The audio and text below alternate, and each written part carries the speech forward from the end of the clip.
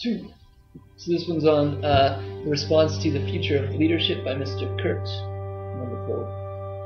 Wonderful video. Nice hat. Yeah. No, I'm joking.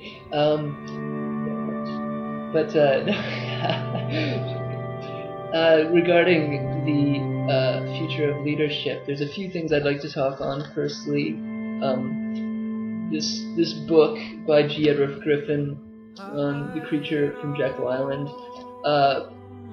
it has really good reviews on Amazon. There's a lot of historians that posted, and they said that for the most part they like the book. They say the economy element seems pretty strong. Some elements are a little conspiratorial, you know, and they don't totally agree with that stuff. I'm a bit of a conspiracy theorist, so I take it a little bit more serious, but you don't have to. Just saying. I try to take that on as a real possibility, and I talked about it in other videos.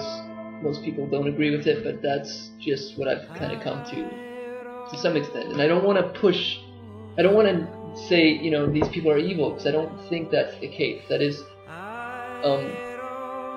the reasons they do the things that they do, if they do the things that they do, are for purposes. There's life conditions that have drove them to do those sorts of things. So if they are doing those sorts of things, there's reasons. So I'm trying to accept and try to hold that, you know, that reality, if there is a reality to it.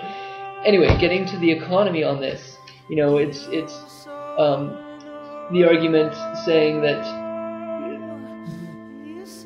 the bankers are out for their own interests. Like, if you look at it just simply in the sense that, you know, if you're a doctor, you know, you're doing the work for money in part, but you're really doing it to help people, or most doctors are. There's a more primary reason than the money even to be doing the work that you're doing, whereas a banker does banking because because of money solely. It's all about the money. There's no secondary goal. It's an end in itself. And when money is an end in itself, and the most powerful people on the planet, quite truly, there's not much doubt about it, are in control, or are doing it just for the money, then that's not a very good problem there, arguably. And then, you know, if you believe that America is essentially a corptocracy, namely that the corporations have a huge sway of the kind of governing choices that the president-elect makes, and, you know, through signing bills and this sort of thing, then you're encroaching on fascism. You're getting very, very close to that. So that aside, you know, that's just a way of sort of looking at what's the reality now. I think you need to know the reality to some real extent to be able to move beyond the reality. That is the integration in a big way. However much the reality sucks, you've got to try to hold it. And then you might be wrong. And the scary thing about, in my belief, about integral levels of consciousness and being wrong, is if you're wrong, you're really wrong. That is, you're really wrong. And your ideas can get passed along in a big way to lots of people, because in a sense there's novelty in your thinking.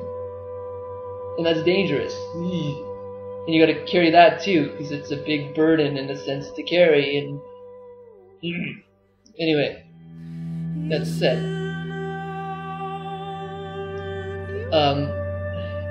Trialectics is one method of governance I don't fully understand, but I think it's a pretty neat one that says, you know, the public and the private sector are not substantial enough to solve the problems that we face presently.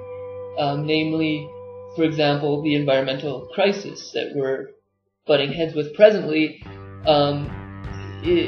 You know, there's these two major interests, public and private. You know, the public sector might say, okay, we want to fix this problem, and or backwards, the private sector might say the same thing. But,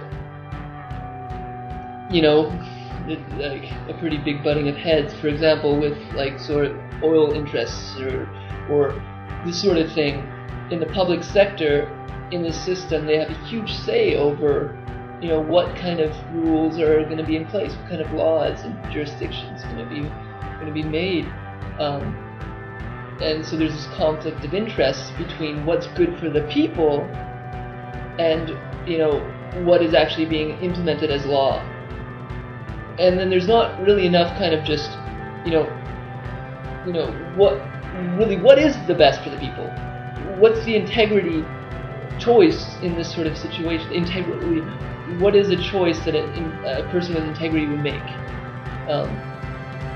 And so the Commons is one sort of overseeing body that's primary goal would be, trying to provide insightful, wise, moral decisions that could be picked up by the government. Wouldn't be forced, but they would have a real say in the public domain as to what they think is good and right.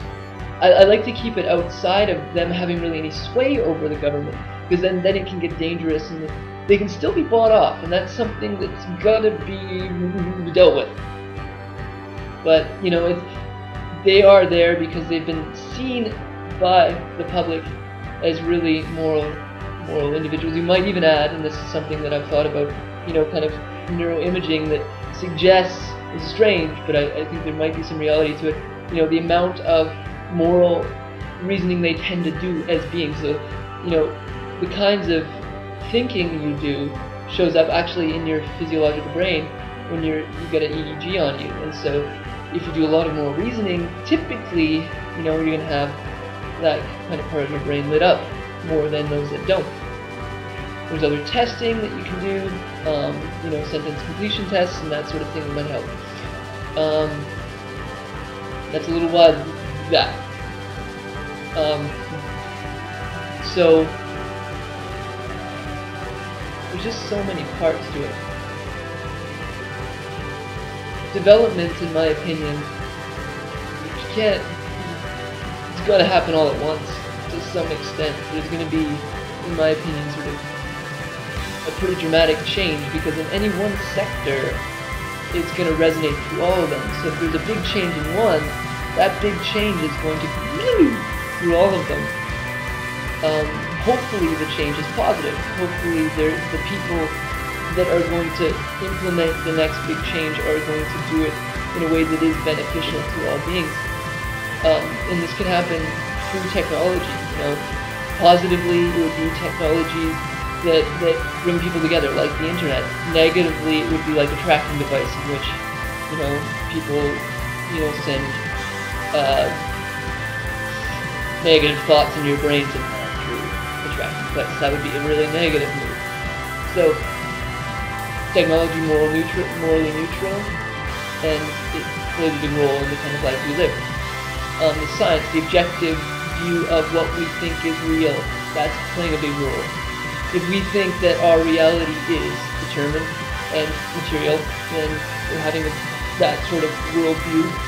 So all these things, they're playing into the kind of reality that we're going to live into. A leader that's going to risk his neck, which is a tough thing to do, is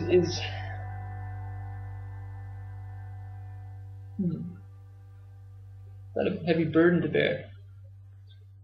Blessings!